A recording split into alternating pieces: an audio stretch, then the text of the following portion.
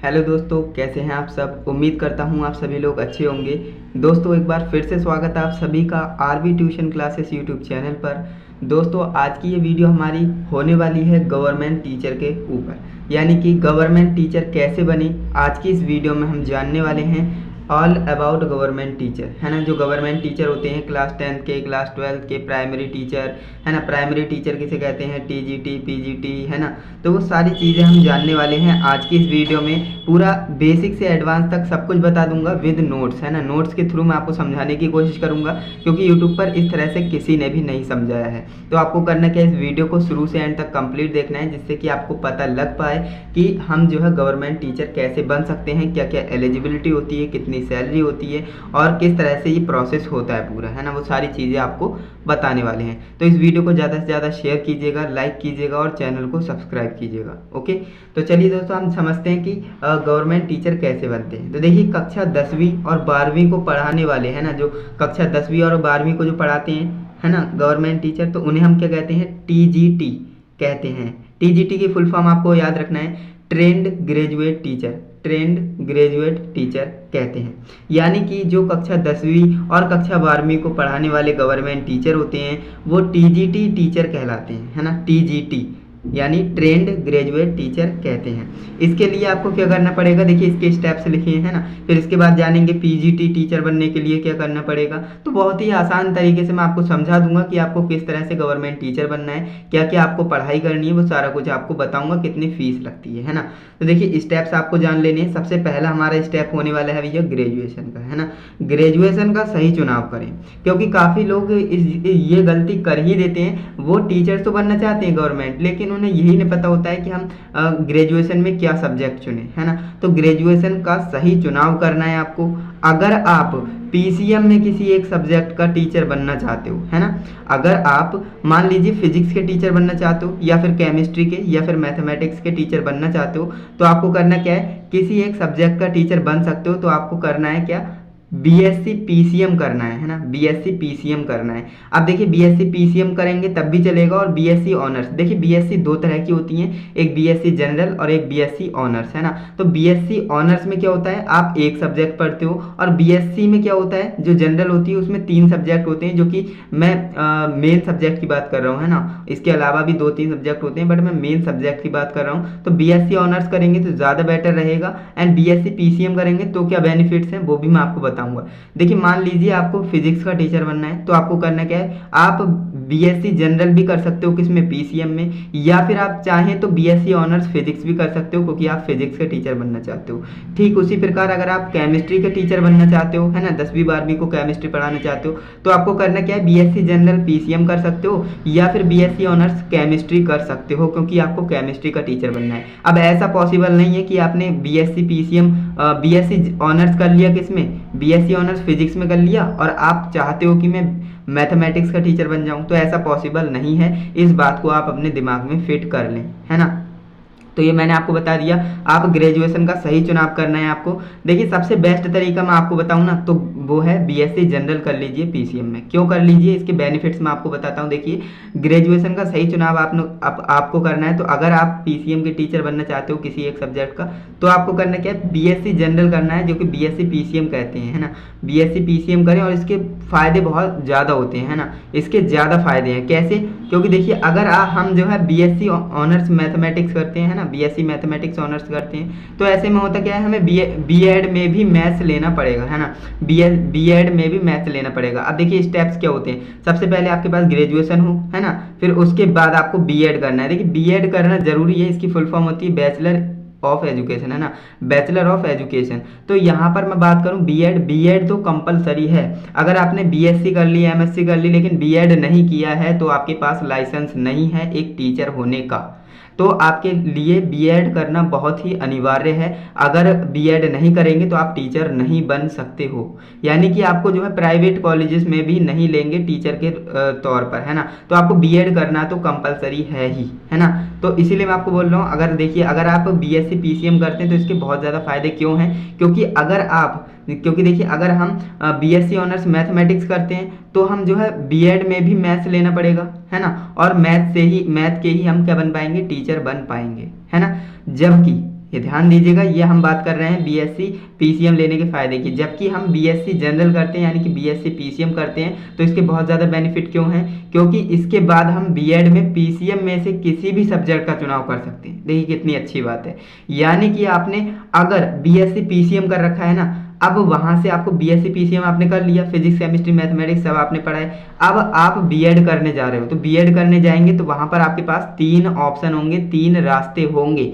चाहे तो आप फिजिक्स के टीचर बन जाएं, चाहे तो आप मैथमेटिक्स के टीचर बन जाएं, चाहे आप केमिस्ट्री के टीचर बन जाएं। तो यानी कि 3 टीचर में से कोई भी एक टीचर आप बन सकते हो और आपको अपना इंटरेस्ट भी पता लग जाएगा कि किस सब्जेक्ट में मुझे ज़्यादा इंटरेस्ट आ रहा है, किस में ज़्यादा मज़ा आ रहा है पढ़ाने में। तो आपके लिए ये बेनिफिट हो जाता है। अब मान लीजिए एक स्टूडेंट ऐसा है जिसने बीएससी ऑनर्स मैथमेटिक्स कर रखी है, तो भैया बीएड में उसे मैथ्स ही लेना पड़ेगा और कोई रास्ता नहीं है। यानी कि बीएड में उसे मैथ से ही करना पड़ेगा क्योंकि और सब्जेक्ट ही नहीं है उसके पास, है ना। तो इसीलिए मैं आपको बोल रहा हूँ अगर आप बीएससी पीसीएम करते हो ना तो ज़्यादा बेनिफिट होते हैं। क्यों? क्योंकि आपको मज़ा भी आ जाता है, क्योंकि 3 रास्ते हैं और आपको ये भी पता लग जाता है कि आपको किस सब्जेक्ट का टीचर बनना है ना। फिर आपके पास 3 ऑप्शन होते हैं, चाहे तो आप फिजिक्स के टीचर बन जाएं, चाहे तो आप केमिस्ट्री के टीचर बन जाएं, चाहे तो आप मैथमेटिक्स के टीचर बन जाएं, है ना। अगर आप ऑनर्स कर लेते हो तो आप किसी पर्टिकुलर सब्जेक्ट के ही टीचर बन पाएंगे, यानी बीएड आपको उसी में करना पड़ेगा। और जनरल करे हुए होंगे तो आप बीएड पीसी फिजिक्स में भी कर सकते हो, केमिस्ट्री में भी, मैथ्स में भी। तो आपको पता लग गया बीएससी पीसीएम करने के ज़्यादा फ़ायदे हैं और बीएससी ऑनर्स करने के कम फ़ायदे हैं। लेकिन यहाँ पर एक डिसएडवांटेज भी है भाई। डिसएडवांटेज ये है, देखिए मैं सारी चीज़ें बताता हूँ, ऐसा नहीं कि किसी कोर्स की अच्छाई बता दी, बुराई बताई नहीं, तो मैं दोनों चीज़ों को बताता हूँ। अब देखिए इसके फ़ायदे हैं तो नुकसान भी एक बहुत बड़ा वाला है। क्या नुकसान ये है, देखिए इसमें होता क्या है, अगर आपने बीएससी पीसीएम कर रखा है तो आप भले ही आपके पास बीएड में 3 ऑप्शन है, आप तीनों में से किसी का टीचर बन सकते हो, लेकिन आपको तीनों में से किसी में भी अच्छी नॉलेज नहीं होगी। अच्छी नॉलेज इन द सेंस कि आपको गहरी नॉलेज नहीं होगी किसी सब्जेक्ट की, है ना। गहरी नॉलेज का मतलब ये है कि मान लीजिए आपने केमिस्ट्री बीएससी पीसीएम किया है ना, बीएससी जनरल में बीएससी पीसीएम किया है। अब ऐसे में आपने 3 सब्जेक्ट पढ़ा है तो तीनों में से किसी एक पर्टिकुलर सब्जेक्ट पर तो फोकस रहेगा नहीं, है ना। किसी पे भी आप 100% नहीं दे सकते। आपने 30% फिजिक्स पढ़ी, 40% केमिस्ट्री और जो आपने जितना ही बचा वो आपने मैथमेटिक्स पढ़ ली। तो यानी कि आप किसी को भी 100% नहीं दे पाए, यानी डीप नॉलेज नहीं ले पाए। तो एक इसका सबसे बड़ा डिसएडवांटेज यही होता है, क्योंकि आप टीचर बनने जा रहे हो और टीचर बनने का मतलब ये होता है कि आपको किसी पर्टिकुलर सब्जेक्ट में अच्छी खासी नॉलेज हो, है ना, जिससे कि आप स्टूडेंट्स को पढ़ा सकें, उनके डाउट्स को क्लियर कर सकें। तो ये इसका जो है बीएससी पीसीएम यानी बीएससी जनरल का एक डिसएडवांटेज कह सकते हैं। और वहीं बात करें एक स्टूडेंट ऐसा है जिसने बीएससी मैथमेटिक्स ऑनर्स कर रखी है ना, तो भले ही उसके पास बीएड में सिर्फ एक ही ऑप्शन है मैथ्स लेने का, लेकिन वो मैथ्स में हीरो बन गया होगा। क्यों? क्योंकि बीएससी मैथ्स ऑनर्स करने के एक फ़ायदा होता है, क्योंकि इसमें एक ही सब्जेक्ट को 3 साल पढ़ना है। अब आप अपने दिमाग से एक बात खुद सोचिए ना, अगर आपको मैं बोलूँ 3 सब्जेक्ट आपको तीनों साल पढ़ना है ना, और मैं आपसे बोलूँ कि आपको एक सब्जेक्ट तीनों साल पढ़ना है, तो आप मुझे बताइए कि आप किसको चुनना पसंद करेंगे, यानी आपको किस में ज़्यादा फ़ायदा मिलेगा। तो ऑब्वियसली आपको बीएससी ऑनर्स मैथमेटिक्स में फ़ायदा मिलने वाला है। क्यों? क्योंकि इसमें तीनों साल एक सब्जेक्ट को पढ़ना है, ज़्यादा टेंशन वाली बात ही नहीं है और आप इसमें बिल्कुल डीप नॉलेज ले पाएंगे, है ना। और रही बात इसकी, तो इसमें आप देखो तीनों सब्जेक्ट पढ़ेंगे, तीनों सब्जेक्ट को तीनों साल पढ़ना पड़ेगा, तो इसमें किसी में भी आप परफेक्ट नहीं हो सकते। और इसमें आप अगर बीएससी ऑनर्स करते हो ना तो इसमें आप परफेक्ट हो सकते हो। जो ऑलराउंडर टीचर बनना चाहता है भैया वो तो बीएससी जनरल कर ले, एंड जिसे जो है किसी पर्टिकुलर सब्जेक्ट में महारत हासिल करनी है ना तो वो बीएससी ऑनर्स मैथमेटिक्स करे। देखिए बीएससी ऑनर्स मैथमेटिक्स करने का एक और फ़ायदा होता है, जब आप एमएससी करेंगे ना, एमएससी उसमें भी आपको एक ही सब्जेक्ट चुनना होगा। तो अगर आपने बीएससी ऑनर्स मैथमेटिक्स कर रखा है तो एमएससी ऑनर्स भी मैथमेटिक्स करेंगे। तो इस तरह से आपने 5 साल एक सब्जेक्ट को दे दिए, है ना, 5 साल आपने एक सब्जेक्ट को दिए हैं, तो आप उस सब्जेक्ट के हीरो बन जाएंगे, है ना। अब वहीं पर बात करें बीएससी, भले ही आपने बीएससी जनरल पीसीएम कर लिया है लेकिन आपने तीनों सब्जेक्ट पढ़े, फिर आपको जब आप एमएससी करने जाएंगे ना तब आपको एक ही सब्जेक्ट लेना पड़ेगा, है ना। तो यहाँ पर होता क्या है, आपने तीनों सब्जेक्ट पढ़ा, अब एमएससी कर रहे हैं उसमें आपको एक ही सब्जेक्ट चुनना है, तो आप किसी को भी एक सब्जेक्ट चुन सकते हो, लेकिन आपको उसमें अच्छी नॉलेज नहीं होगी तो आपको आगे भी दिक्कत आएगी, है ना। वहीं बात करें बीएससी ऑनर्स मैथमेटिक्स के स्टूडेंट्स के लिए, तो अगर किसी ने बीएससी ऑनर्स मैथमेटिक्स किया है तो आप उसको MSc ऑनर्स मैथमेटिक्स में बहुत ही मज़ा आने वाला है, क्योंकि उसे बेसिक नॉलेज पूरी आ चुकी है, अब वो मास्टर करने वाला है ना मैथ्स पे। तो ये फ़ायदे और नुकसान होते हैं, मैंने आपको अच्छे से समझा दिया और उम्मीद करूँगा आपको समझ में भी आ गए होंगे, है ना। तो देखिए, तो B.Ed में भी मैथ्स लेना पड़ेगा, यहाँ तक हम आ गए थे। अब देखिए, मैथ्स के ही टीचर बन सकते हैं, तो मैंने आपको बता दिया अगर आपने BSc मैथ्स किया है और B.Ed में भी आपको मैथ्स ही लेना पड़ेगा और आप मैथ्स के ही टीचर बन पाएंगे, फिजिक्स केमिस्ट्री के नहीं बन सकते, है ना। तो ये बात आपको समझ में आ गई। जबकि BSc PCM के बाद आप B.Ed में PCM में से किसी भी सब्जेक्ट को चुन सकते हो, जो कि मैंने आपको बताया था। अगर आपने BSc आपकी उसमें PCM लिया था, तो उसमें B.Ed में भी आप PCM में से किसी भी एक सब्जेक्ट का चुनाव कर सकते हो, तीनों में से किसी का भी आप टीचर बन सकते हो, है ना, तीनों में से, और B.Ed कर सकते हो। ओके, तो ये सारी चीज़ें आपको अच्छे से समझ में आई होंगी। हालांकि इस पर मैंने ज़्यादा टाइम लगा दिया, लेकिन ये चीज़ें आपके समझने की थी, इसलिए मैंने आपको समझाई। नोट ध्यान रखना है, ध्यान रखें, जिस सब्जेक्ट के टीचर बनना चाहते हैं, है ना, ये नोट आपको याद रखना है, जिस सब्जेक्ट का आप टीचर बनना चाहते हो वह सब्जेक्ट ग्रेजुएशन में होना अनिवार्य है ना। समय अवधि 3 साल की होती है ग्रेजुएशन की, आप जानते ही हो समय अवधि कितनी होती है, 3 साल की। देखिए, ये मैंने ध्यान रखने के लिए क्यों कहा है, क्योंकि काफ़ी स्टूडेंट्स या टीचर्स कह सकते हैं, वो यह ध्यान ही नहीं देते कि हम जो है ग्रेजुएशन किसी और सब्जेक्ट में कर लिए, है ना, रैंडमली कोई भी सब्जेक्ट ले लिए, BA कर लिए, है ना, BCA कर लिए, और बनना चाहते हैं फिजिक्स केमिस्ट्री मैथ के टीचर, तो ऐसा नहीं हो सकता। तो इसलिए मैंने आपको बोला है कि ध्यान रखें कि जिस सब्जेक्ट आप टीचर बनना चाहते हो ना, वह सब्जेक्ट आपके ग्रेजुएशन में होना ज़रूरी है, अनिवार्य है, मैंडेटरी है। ओके, और समय अवधि होती है 3 साल की, और MSc होती है उसकी अब समय अवधि होती है 2 साल की, है ना। दूसरा पॉइंट हमारा है B.Ed करें। देखिए, आपने ग्रेजुएशन तो कर लिया, है ना, ग्रेजुएशन आपने कर लिया जिसमें भी करना था, है ना। अब आपने करना है B.Ed करते वक्त आपको क्या ध्यान देना है, तो देखिए, सरकारी और प्राइवेट कॉलेज में टीचर बनने के लिए B.Ed करना ज़रूरी है। जैसा कि मैंने आपको बताया, ये एक लाइसेंस है आपके टीचर होने का, है ना, तो B.Ed करना ज़रूरी है। तो सरकारी और प्राइवेट कॉलेज में अगर आप टीचर बनना चाहते हो तो B.Ed ज़रूरी है। यह 2 साल का कोर्स होता है ना, B.Ed भी आपका कितने 2 साल का कोर्स होता है। जो विषय ग्रेजुएशन में है उनमें से ही किसी एक सब्जेक्ट का B.Ed करना पड़ेगा, यानी कि जो आपकी ग्रेजुएशन में सब्जेक्ट है उनमें से ही आप किसी एक से B.Ed कर सकते हैं, किसी एक सब्जेक्ट से B.Ed कर सकते हैं। इसे एग्जाम्पल से समझते हैं। देखिए, मैथ्स का टीचर बनने के लिए आपको करना क्या है, B.Ed में मैथ्स सब्जेक्ट चुनना पड़ेगा, है ना। और फिजिक्स का टीचर बनने के लिए आपको क्या करना पड़ेगा, B.Ed में साइंस में फिजिक्स लेना पड़ेगा, है ना, साइंस में भी फिजिक्स लेना पड़ेगा।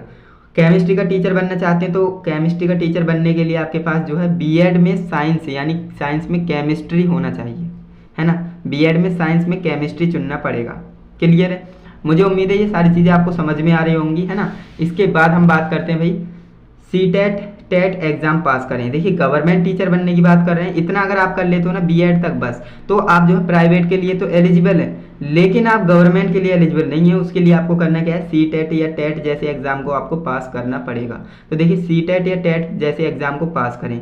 CTET की फुल फॉर्म क्या होती है, central teacher eligibility test, central teacher eligibility test. इसका मतलब क्या होता है, अगर आप केंद्रीय सरकारी स्कूलों में टीचर बनना चाहते हो, है ना, अगर आप केंद्रीय सरकारी स्कूलों में अगर टीचर बनना चाहते हो तो आपको CTET देना है। अगर आप, है ना, अगर आप स्टेट लेवल बनना चाहते हो तो आपको टेट। देखिए, टेट की फुल फॉर्म होती है टीचर एलिजिबिलिटी टेस्ट, है ना, टीचर एलिजिबिलिटी टेस्ट। इसमें क्या होता है, यह स्टेट, है ना, स्टेट टेट कहलाता है, यानी UP टेट, है ना, और HTET MP टेट, है ना, तो इस तरह से होता है। तो अगर आप UP में किसी स्टेट, अगर आप स्टेट टीचर बनना चाहते हो ना, स्टेट गवर्नमेंट टीचर, तो आपको करना क्या है, आपको अपने स्टेट से कर लेना है टेट। जैसे कि आप अगर UP से हैं तो UP टेट, हिमाचल से हैं तो HTET, है ना, और मध्य प्रदेश से हैं तो MP टेट, इस तरह से, है ना, जैसे कि UP TET, HTET, M TET, है ना, आदि। अगर आप राज्य के सरकारी स्कूलों में टीचर बनना चाहते हैं तो। क्लियर है? ये दोनों में से किसी एक को करना आपके लिए फ़ायदेमंद है। अब देखिए, इन दोनों में से भी कौन बेहतर है वो भी मैं आपको बता देता हूँ। देखिए, मैं सारी चीज़ें आपको बताते हुए चल रहा हूँ। वीडियो अच्छी लग रही है ना, तो वीडियो को लाइक करें, हमारी मेहनत के लिए आप एक लाइक कर सकते हैं। ओके, अब देखिए, CTET और टेट में से भी कौन बेहतर है ये मैं आपको बताता हूँ।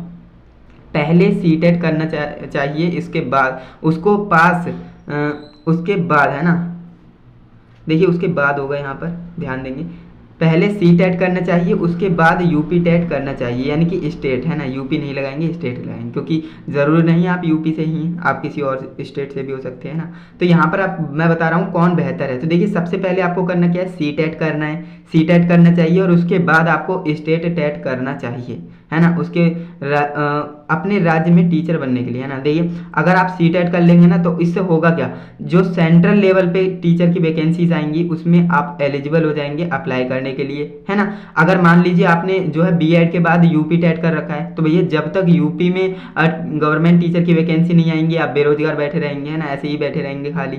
तो इसीलिए मैं बोल रहा हूँ सबसे पहले जो है सी टेट करके रख लीजिए, सी टेट को पास करके रख लीजिए। इससे फ़ायदा क्या होगा, इससे ये फ़ायदा होगा अगर सेंट्रल लेवल पर कोई वैकेंसी आएगी गवर्नमेंट टीचर की, तो आप उसके लिए एलिजिबल होंगे, आप लगा देंगे। एंड उसके बाद इसके पास करने के जस्ट बाद आप क्या कर सकते हैं, अपने स्टेट में टीचर बनने के लिए आप अपने स्टेट का टेट कर सकते हैं। अगर आप यूपी से हैं तो यूपी टेट कर सकते हैं, हिमाचल से हैं तो एस टेट कर सकते हैं, और एमपी से हैं, मध्य प्रदेश से हैं तो एमपी टेट कर सकते हैं। तो इस तरह से आप अपने स्टेट का टेट कर सकते हैं, लेकिन ये बाद में करना है ना, ये बाद में करना, सबसे पहले सी टेट करना। सी टेट क्यों करना मैंने आपको बता दिया, केंद्रीय जो सेंट्रल लेवल पे अगर वैकेंसी आएगी तो उसके लिए आप एलिजिबल हो जाएंगे। तो ये सारी चीज़ें थी, मैं उम्मीद करूंगा आपको पता लग गया होगा कौन बेहतर है, किसे आपको करना चाहिए। देखिए वीडियो थोड़ी बड़ी बन रही है, लेकिन इसमें जो है पूरी निचोड़ है जानकारी का, है ना। अब देखिए इसके बाद मैं बात करूंगा भैया सी टेट और टेट एग्जाम का पैटर्न। देखिए ये भी आपको समझना जरूरी है कि सी टेट और टेट एग्जाम का पैटर्न आखिर रहता क्या है। तो देखिए पेपर 1 और पेपर 2, इसमें 2 पेपर होते हैं, पेपर 1 और पेपर 2। देखिए पेपर 1 में क्या होता है, कक्षा 1 से 5 के लिए, है ना। अगर आप कक्षा 1 से 5 के लिए गवर्नमेंट टीचर बनना चाहते हो तो आपको जो है क्या करना है, पेपर 1 देना है। किसमें, सी टेट या टेट, दोनों में से कोई भी, यानी कि सी टेट में भी और टेट में भी 2 ही पेपर होते हैं, पेपर 1 और पेपर 2। अब दोनों पेपर तो आपको देने नहीं है, आपको करना क्या है, एक पेपर देना है ना। अब देखिए कैसे, अगर आप जो है कक्षा 1 से 5 के गवर्नमेंट टीचर बनना चाहते हो, है ना, तो आपको करना क्या है, पेपर 1 देना है, जिसे हम अगर आप पास कर लेंगे तो आप पीआरटी टीचर कहलाएंगे, है ना, प्राइमरी टीचर जिसे कहते हैं, पीआरटी की फुल फॉर्म होती है प्राइमरी टीचर, ओके। एंड अगर आप पेपर 2 देते हो तो इसके लिए आप क्या कर सकते हैं, कक्षा 6 से 8 तक के जो स्टूडेंट्स होते हैं उन्हें पढ़ा सकते हो, है ना। कक्षा 6 से 8 तक के गवर्नमेंट टीचर आप बन पाएंगे अगर आप सी टेट या टेट में से पेपर 2 को क्वालिफाई करते हो तो। और अगर आप इसे क्वालिफाई करते हो तो आप टीजीटी टीचर कहलाते हो, है ना। टीजीटी इसकी फुल फॉर्म होती है ट्रेंड ग्रेजुएट टीचर, है ना, टीजीटी टीचर। मैंने आपको बताया टीजीटी, पीजीटी, पीआरटी क्या होता है, सारा कुछ आपको बताने वाला हूँ। तो ये बात आपको समझ में आई, एक बार दोबारा बताता हूँ। देखिए सी टेट और टेट 2 तरह के टेट होते हैं, मैंने आपको बताया, एक सेंट्रल लेवल पे और एक स्टेट लेवल पे, है ना। तो दोनों की बात मैं कर रहा हूँ, एग्जाम पैटर्न की बात कर रहा हूँ। तो देखिए इसमें होता क्या है, सी टेट में भी पेपर 1 पेपर 2 होता है, टेट में भी पेपर 1 पेपर 2 होता है। अगर आप सी टेट में पेपर 1 देते हो तो आप कक्षा 1 से 5 तक के स्टूडेंट को पढ़ाएंगे, है ना। अगर आप सी टेट में पेपर 2 क्वालिफाई करते हो तो आप कक्षा 6 से 8 तक के गवर्नमेंट टीचर बनेंगे। अगर आप टेट का पेपर 1 निकालते हो तो आप 1 to 5 क्लास को पढ़ा पाएंगे, एंड टेट का पेपर 2 निकालते हो तो आप 6 to 8 टीचर बन पाएंगे, ओके। एंड इनको आप ध्यान रखना, कक्षा 1 से 5 को पढ़ाने वाले को हम पीआरटी टीचर कहते हैं, 6 से 8 को जो पढ़ाते हैं उन्हें टीजीटी टीचर कहते हैं, ओके। टीजीटी बनने के लिए सिर्फ पेपर 2 ही देना अनिवार्य है, जैसे मैंने आपको बताया, है ना। टीजीटी बनने के लिए सिर्फ पेपर 2 ही देना होगा, है ना, सी टेट या टेट में से, मैंने आपको बताया था, जैसा कि अभी आप समझ गए होंगे।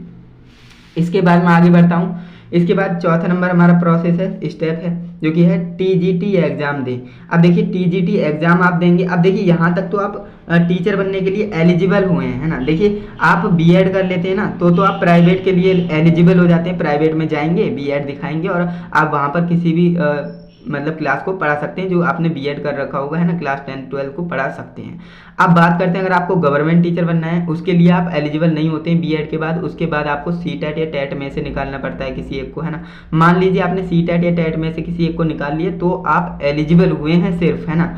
आप जो है बन नहीं गए टीचर अभी गवर्नमेंट, आपको करना क्या है, आप एलिजिबल हो गए यहाँ तक, ठीक। अब आपको करना क्या है, अब आपको गवर्नमेंट टीचर बनना है। अब आपको करना क्या है, एक एग्जाम होता है टीजीटी एग्जाम दें, है ना। टीजीटी का एक एग्जाम होता है, जो वैकेंसी आती है उसमें आपको एग्जाम देना होता है, और पास करते हैं तो मेरिट बनती है और आप टीचर बन जाते हैं। अब देखिए कैसे बनेंगे, टीजीटी एग्जाम देना पड़ेगा। टीजीटी एग्जाम में क्या होता है, देखिए यूपी टीजीटी होता है, DSSB होता है, KBS TGT होता है ना।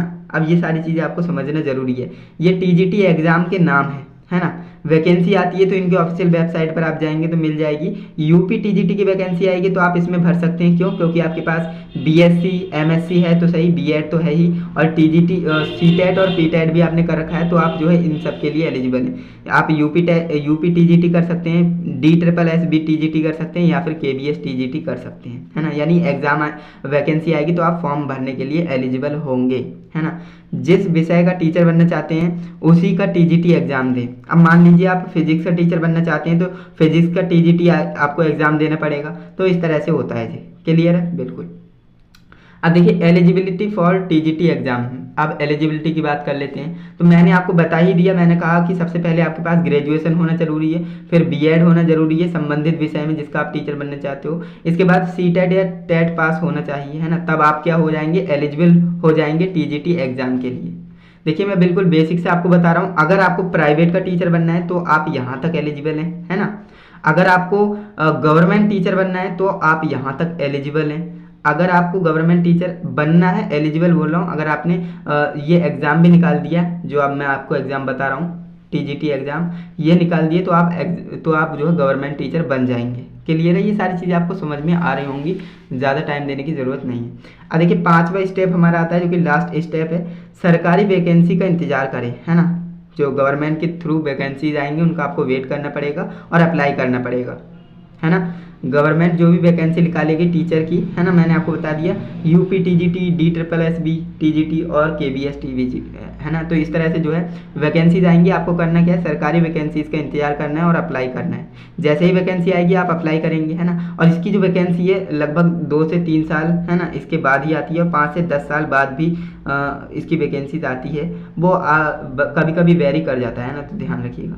अब देखिए जब TGT की सरकारी वैकेंसी निकलती है तो आवेदन करें। मान लीजिए 2025 में निकली है TGT की सरकारी वैकेंसी, है ना, तो आपने क्या किया, उसमें आवेदन कर दिया अगर आप एलिजिबल थे तो, है ना। एलिजिबल हैं, 2025 में वैकेंसी आई, आपने आवेदन कर दिया, अप्लाई कर दिया। अब इसके बाद आपको करना क्या, एग्जाम में पास होने के बाद, है ना, एग्जाम की तैयारी करिए, है ना, एग्जाम को पास करिए। उसके बाद क्या होगा, मेरिट लिस्ट बनेगी, है ना। एग्जाम को पास होने के बाद क्या बनेगी, मेरिट लिस्ट, या इंटरव्यू के आधार पर सिलेक्शन हो जाएगा, है ना। काफ़ी जगह जो है इंटरव्यू के आधार पर भी सिलेक्शन हो जाता है और काफ़ी जगह जो है मेरिट लिस्ट के आधार पर जो है सिलेक्शन होता है। तो ये भी आपको अच्छे समझ में आ गया। फिर इसके बाद होगा कि अब ये सिलेक्शन होने के बाद, है ना, देखिए सिलेक्शन मान लीजिए हो गया, सिलेक्शन ज्वाइनिंग लेटर आपको मिल गया, है ना। सिलेक्शन होने के बाद ज्वाइनिंग लेटर मिल जाएगा और इसके बाद क्या होगा, ट्रेनिंग होगी, है ना। छोटी सी एक ट्रेनिंग होगी, हालांकि आपको इतना पढ़ाना आता है फिर भी आपकी छोटी सी एक ट्रेनिंग होती है, ट्रेनिंग होगी। फिर इसके बाद आपको क्या करना है, ज्वाइन करना है। जो भी आपको कॉलेज मिला है उसमें जाइए, बच्चों को पढ़ाइए अच्छे से, है ना, शिद्दत से मेहनत से पढ़ाइए। तो इस तरह से आप जो है गवर्नमेंट टीचर बन पाते हैं, इतना स्टेप करके, जो मैंने 5 स्टेप बताया ना, और हर स्टेप को बिल्कुल बारीकी से समझाया है। वीडियो अच्छी लगी तो लाइक ज़रूर कीजिएगा। अब देखिए बात करते हैं टोटल टाइम कितना लगेगा भैया, क्योंकि ये सवाल काफ़ी स्टूडेंट्स का आता है कि भाई टीचर बनने के लिए हमें कितना टाइम लगेगा, ये भी हमें पता लग जाए।